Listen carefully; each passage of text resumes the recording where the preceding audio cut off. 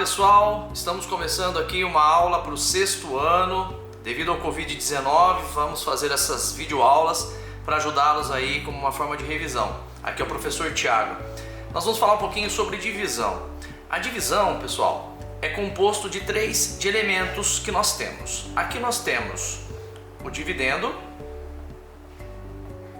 aqui nós temos o divisor, o quociente e aqui fica o resto quando ocorre sim ou não, ok?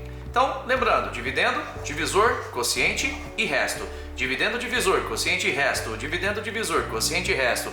Lembraram da musiquinha? Existe uma relação entre essa nomenclatura. Quando você vai efetuar uma divisão, você tem que saber essa relação. Se eu quero descobrir, por exemplo, o dividendo, obtendo o divisor, tendo o divisor e tendo o quociente, o que eu faço?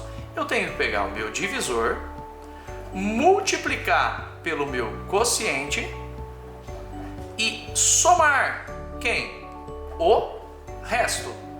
Assim, você consegue encontrar o seu dividendo, tá?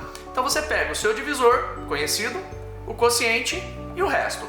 Exemplo, vamos pegar aqui uma divisão onde o divisor é 48.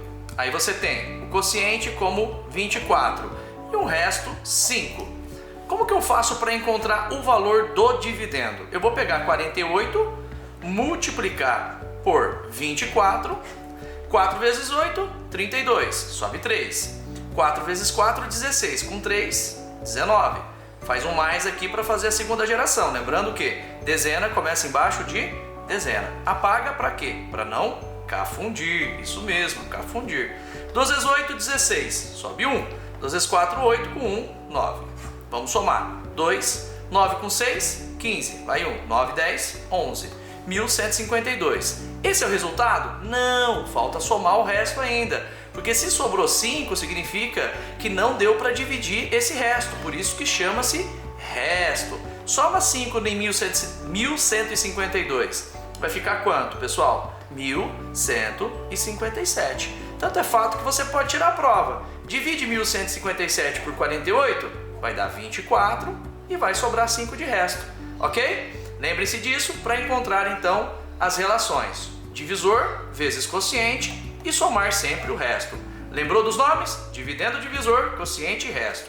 Um abraço. Olha lá, pessoal. Agora falando um pouquinho sobre os prismas e as pirâmides. O que caracteriza um prisma e o que caracteriza uma pirâmide? O prisma ele é sempre formado por duas bases, tá? Pode ser bases pentagonal, hexagonal, triangular. Nós temos vários tipos de base de acordo com os seus lados, inclusive quadrangular.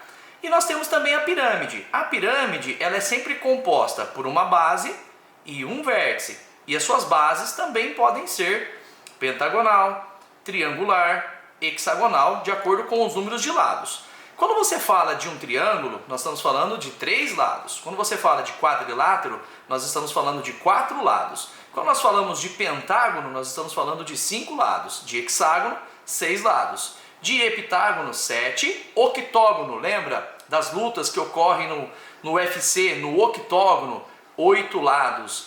Nós temos o eneágono com 9 lados e o decágono com 10 lados. Então nós temos dois tipos. A pirâmide, que você tem um vértice, e as suas laterais sempre vão ser compostas de triângulos. E nós temos os prismas, que suas laterais sempre serão compostas de retângulos. Isso que diferencia um prisma de uma pirâmide. Pessoal, esse daqui é um prisma. Pode perceber que a sua base está aqui. O que essa base é? É uma base hexagonal, porque nós temos 6 lados em sua base. A base superior e a base inferior. Pode ver que ele está aqui deitado na figura. É uma figura que está no plano, mas porém desenhada de forma tridimensional. Lembram disso? Ó, sua base. Está aqui a demonstração das bases. Agora, o que seria faces, pessoal? Face é quando você consegue encostar a superfície num plano. Então nós temos aqui, ó, uma face, 2, 3, 4, 5, 6 faces. Percebe que as faces laterais coincidem com o número de lados? É um hexágono, não é? O hexágono não tem 6 lados? Então ele tem 6 faces. Mas não podemos esquecer das duas bases. Por isso que esse é composto de 8 faces. O que seriam os seus vértices, pessoal? Os vértices são os pontos de encontro. Tá vendo, ó? Que um segmento de reta tem 2 pontos de encontro? Isso daqui são vértices. E por que coincidentemente nós temos 12 vértices? Simples, são 6 lados, não são? 6 pontos. Esses 6 pontos misturado com esses 6 pontos aqui, nós temos no total 12 vértices.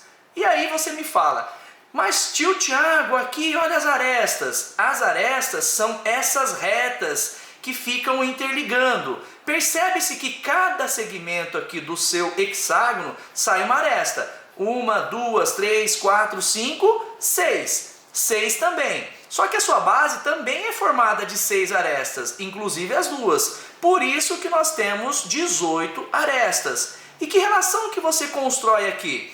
O número de faces, você tem 8 e você tem 12 vértices. Se um hexágono, se o prisma é um hexágono, você tem 6 vezes 2. Porque você tem 12 vértices, as 6 de baixo e 6 de cima. E as arestas? Por que 18 arestas? Porque você tem 6 vezes 3, saindo de uma base, saindo da outra base e também da sua lateral. Por isso que tem essa relação aqui no prisma, ok? Pessoal, escrita simplificada. Quando eu faço uma escrita simplificada, por exemplo, 2,3 milhões, esse número parece ser um número decimal. Não é por quê? Porque ele pode ser escrito com todas as suas ordens. Então 2,3 milhões são 2 milhões e 300 mil. Esses 2 milhões e 300 mil é um número natural. Então nós temos que entender que a escrita simplificada só serve para facilitar a leitura em notícias, em jornais. Então é muito mais fácil você ver a mistura do número com o seu texto do que você colocar o número com todas as suas ordens. Então na escrita simplificada é justamente a própria palavra diz, para simplificar a leitura de quem está lendo.